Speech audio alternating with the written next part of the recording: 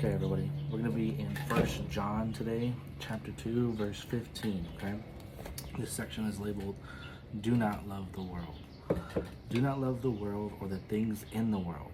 If anyone loves the world, the love of the Father is not in him. For all that is in the world, the desires of the flesh and the desires of the eyes and pride of life, is not from the Father, but is from the world. And the world is passing away along with its desires. But whoever does the will of God abides forever. So, they're talking here about what's being said, and it's basically how the enemy uses his tools to attack you, attack your life, and to lead you away from God's will, right? And a great example of this is actually all the way back in the beginning, in Genesis. It's going to be Genesis chapter 3, verse 6. And at this point, Eve is now in conversation with the serpent about the tree, right? The tree of knowledge of good and evil, right?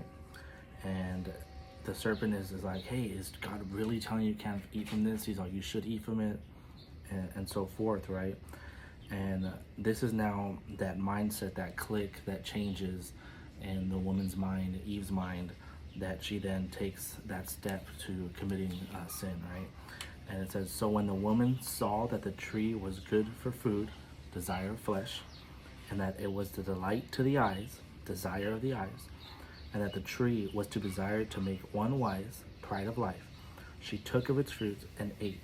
And she also gave some to her husband who was with her, and he ate. Then the eyes of both were opened, and they knew that they were naked, and they sewed fig leaves together, and they made themselves loincloths. Right?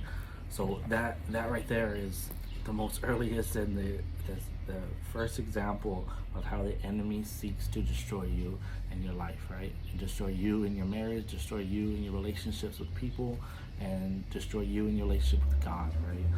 And this is just something that I've been reading about. I was actually listening to a sermon a little bit earlier this morning, kind of talking about this, talking about, being a biblical man and everything. But this really stuck out to me, and I wanted to go ahead and read that with you guys today.